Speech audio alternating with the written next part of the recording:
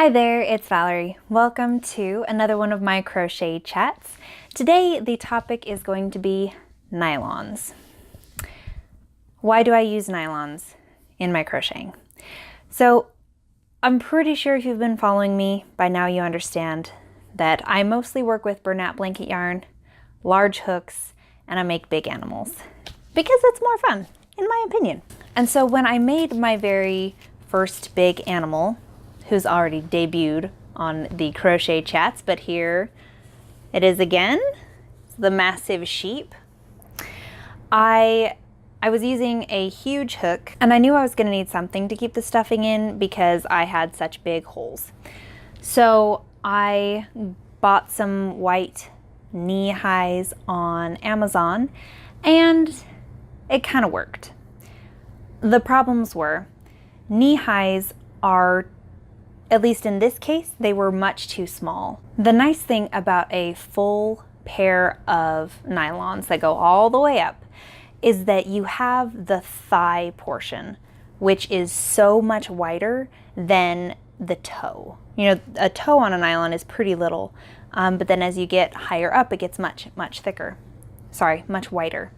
And if you're gonna make a big project, you need something that's nice and wide that will let you put a lot of fiber fill into it. So on that same note, you know, since the very first sheep I made, I have progressed a lot. You can see my stick sheep here, you know, they look different. Similar, but this one's cuter. Shh, don't tell. And so I started using smaller hook sizes. If you want to hear that rant, you can check out my my video that's all about hook sizes in my design process. I'll link it below. And so probably at this point, I could technically get away without using a nylon. You know, I crochet tight enough that probably the fiber fill would stay in just fine. But my work, the target audience of the people who would own, I guess, or be gifted these toys is going to be somewhere between newborn and like 6. And children tend to pick at things. And so if they can, you know, get their fingers through, you know, the holes, which there are still, you know, a little bit of holes you can kind of see. It's changed a lot, but you know, but there's still little bits of holes that they, you know, when they're nervous or distracted or just, you know, watching a movie or something, you know, they might sit there and pick out the stuffing in their animal.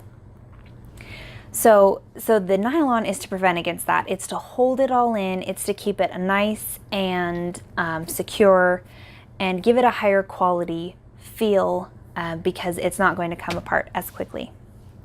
So a tip on using nylons, buying nylons in general. I get my nylons at the dollar store. So they're just $1. I get the biggest size that they have. I get them in brown and black. This one, clearly I've already been using because, yeah, that's how much I have left of that leg. Oh, and that's not a full leg either. And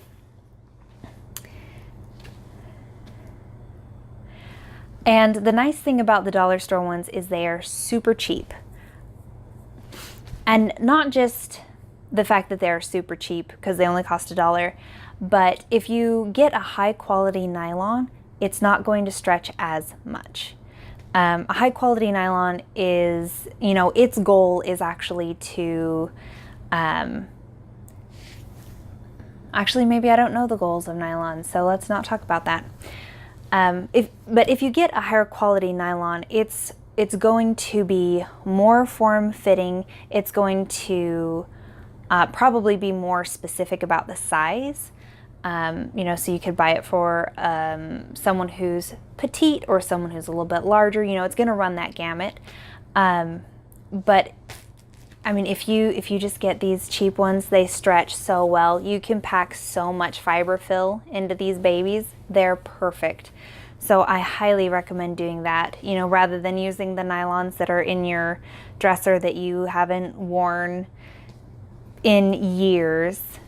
Just pick up some new ones that are cheap. They probably will work better. So another tip on how to use the nylons. So when you're working on a project that is wide, case in point, the great horned owl, pretty much nowhere on this pattern do you want to have the toe of a nylon, because the toe is so tight that you're not going to be able to get very much fiber fill into it. And that's going to dictate the shape of your animal versus your stitches, and you don't want that. So when it comes to that, what you want to do is you're going to take your nylon and you're going to cut it off about mid-calf.